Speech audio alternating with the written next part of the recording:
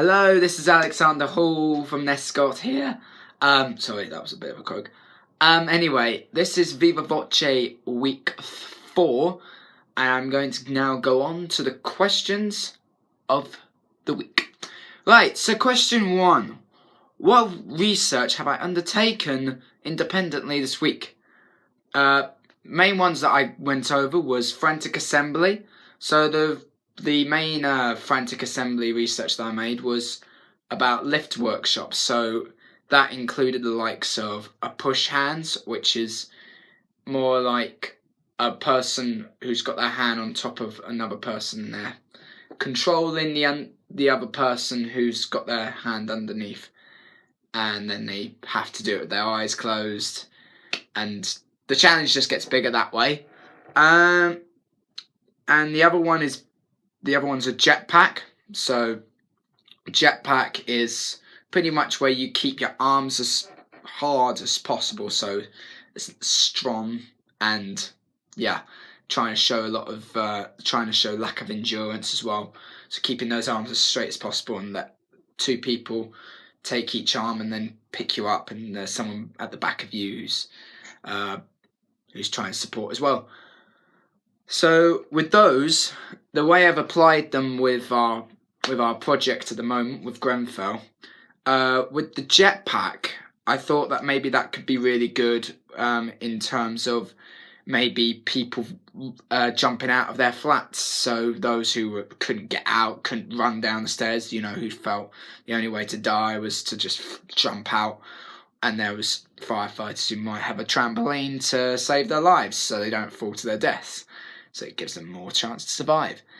The other one with push hands, the way I see that one as well is maybe someone who might have been blinded by the fire, who survived but unfortunately went blind. So that could be a good one to go with.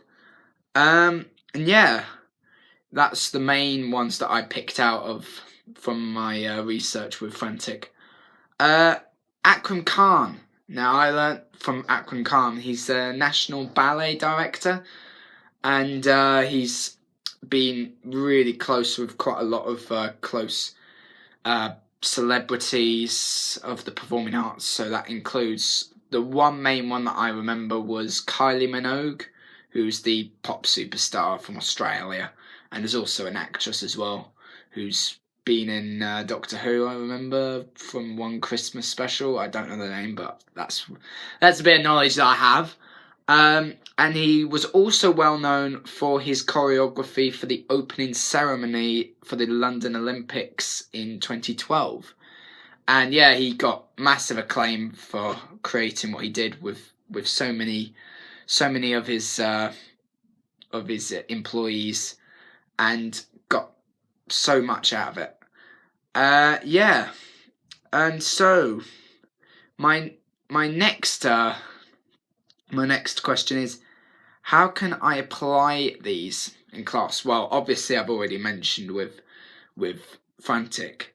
From what I've seen from Akram Khan, I watched this. We as a group watched this video of a choreography that he created with his national ballet group, who were doing this choreography for Glastonbury. Don't know what year it was, but it was very recent. And we watched it, and we looked at the whole way it was done. There was the use of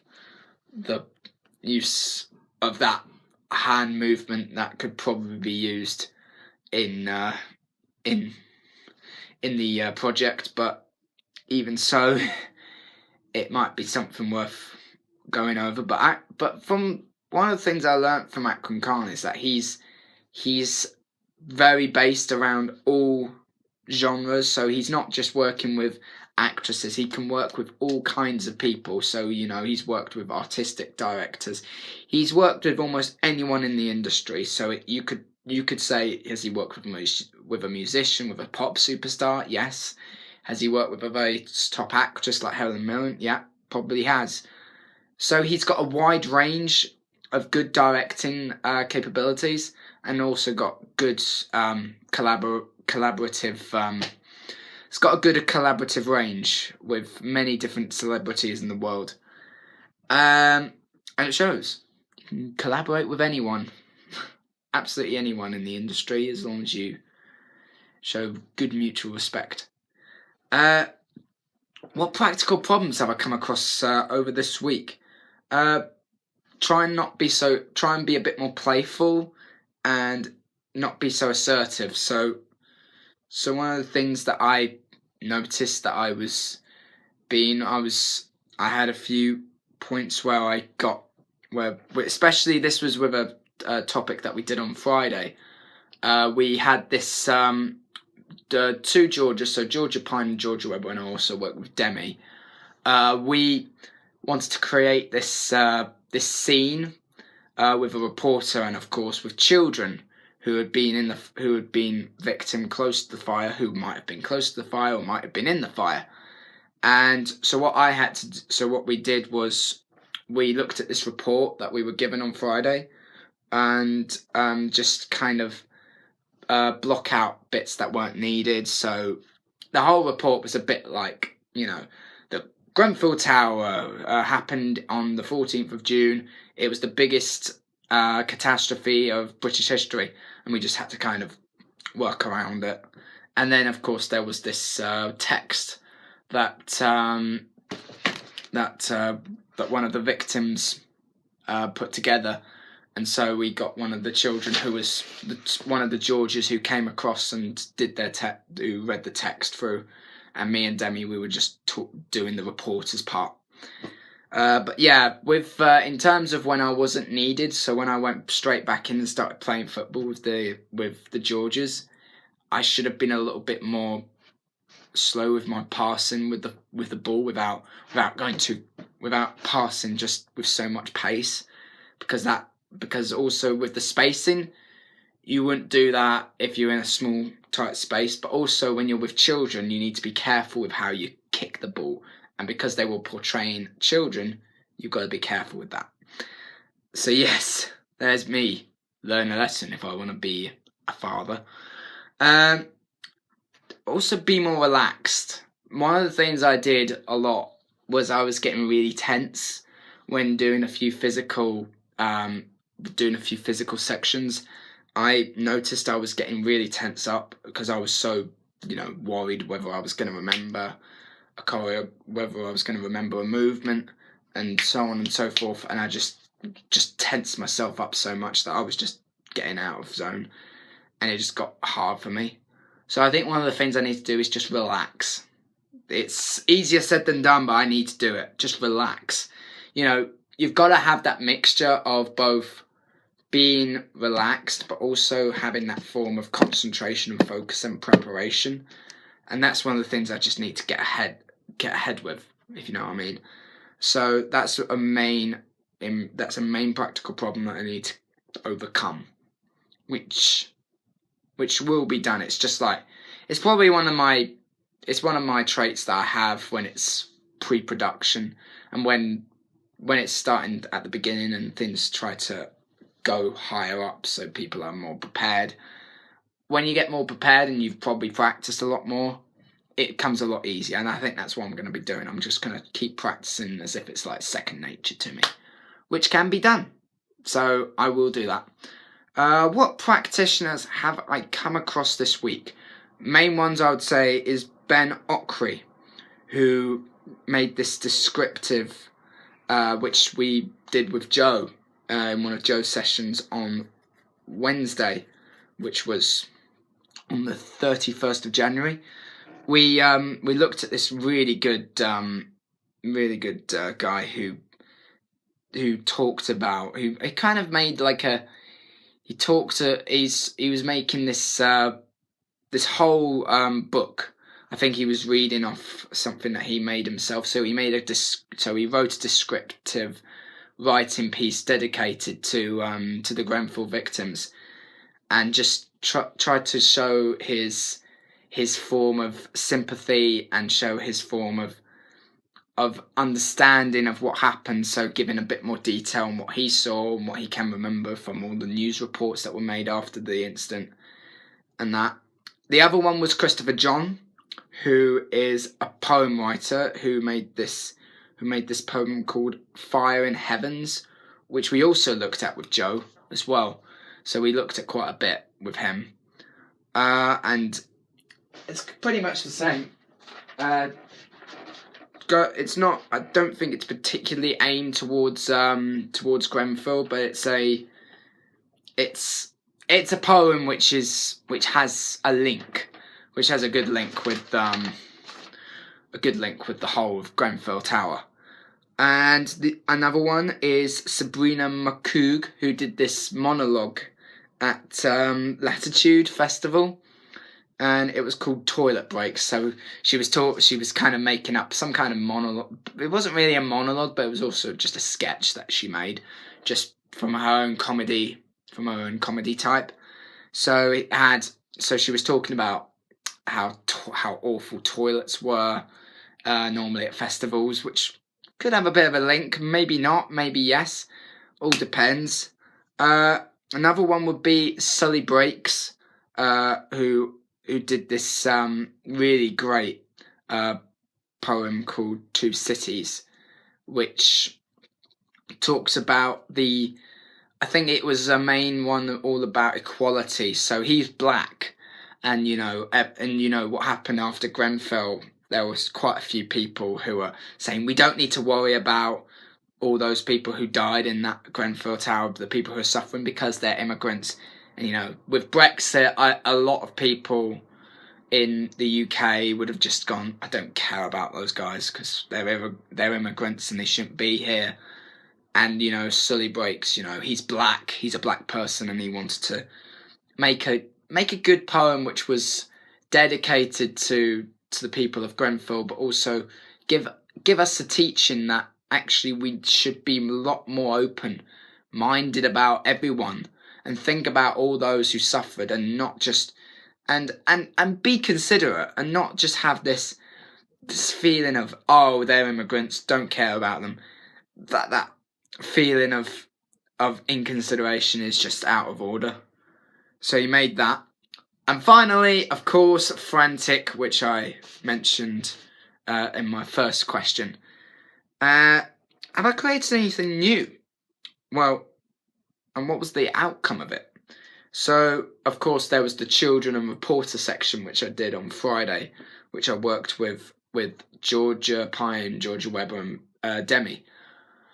It was good. It had a good swing. The thing was, it didn't feel as something that I really felt passionate about. There was nothing passionate I could bring into me, because it just lost that.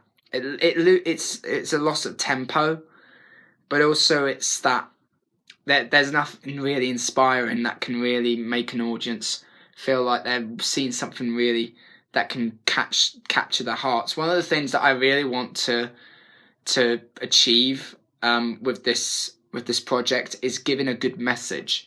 Not just giving the message that we lost, that it was the biggest tragedy since the millennium. We've never had something like this in London in some time, since the Great Fire of London, for example.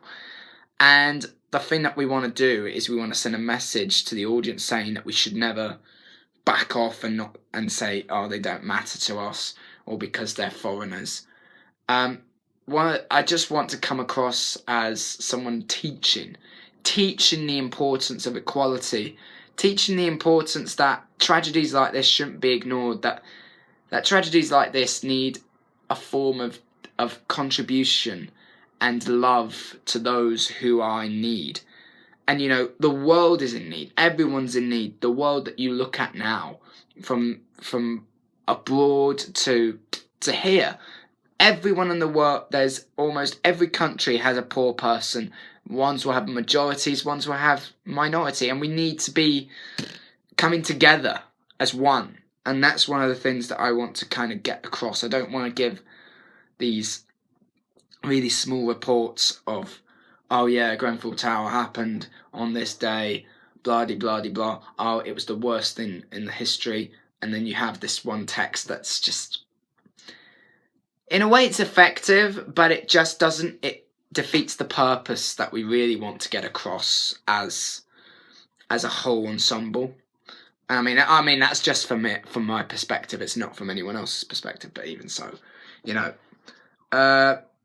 one of the other ones would be the working day section, which was also on Friday, on the same day as when we did the reporter section, which I did with Zach, Matt, and Matthias. And so what we did was we were trying to create a new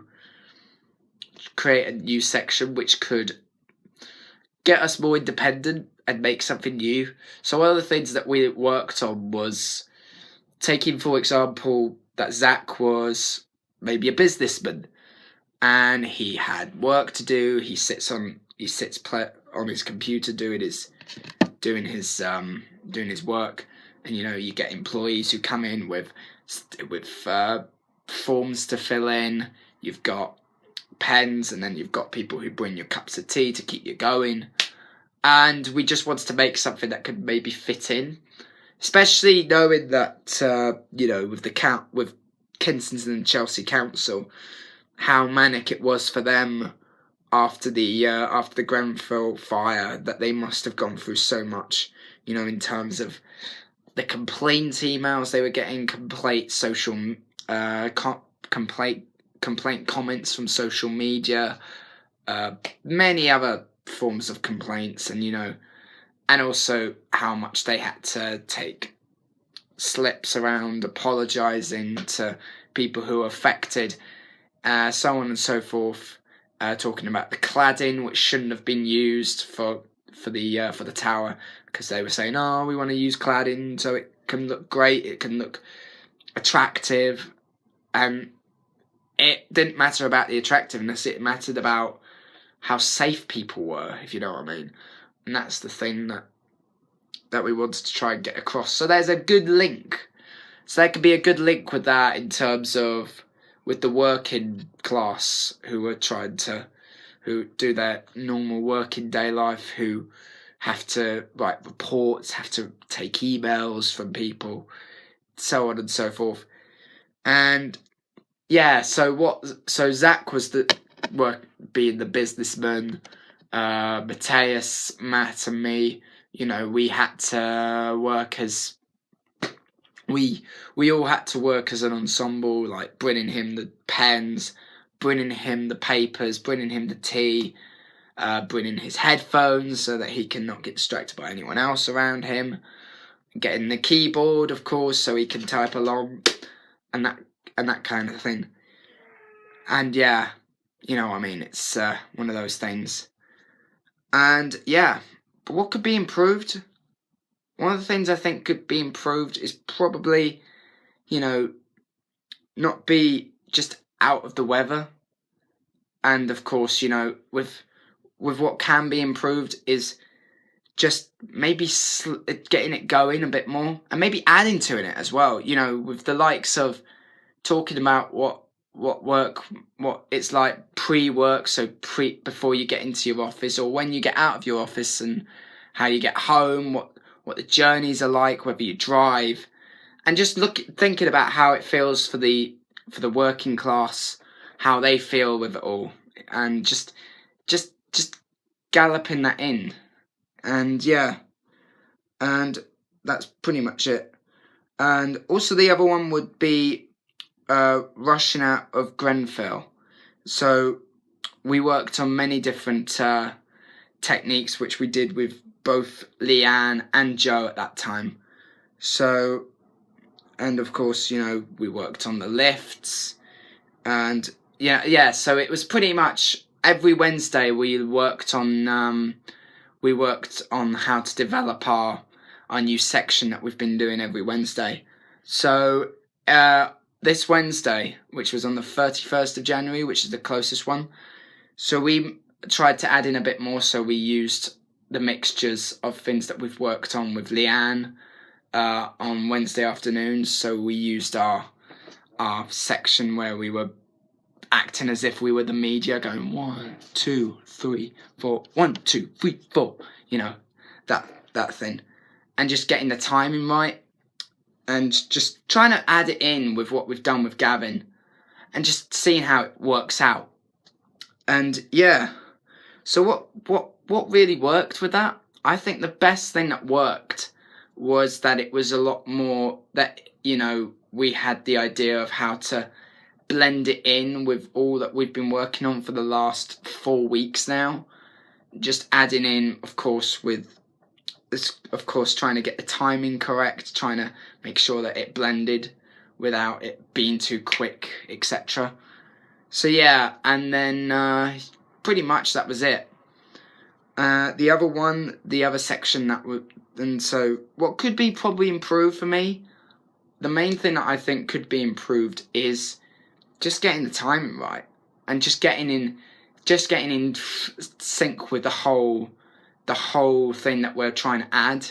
So, you know, especially with the fact that we've learnt some of the movement to Gav's classes, and just, you know, making sure that we don't forget where we are. You know, we've spent the last 3 weeks working on this particular section, and we want to make sure that we are getting it a spot on, and that we are improving it every week, and, you know, doing just self-improving, if you know, because we want to make sure it looks good and professional.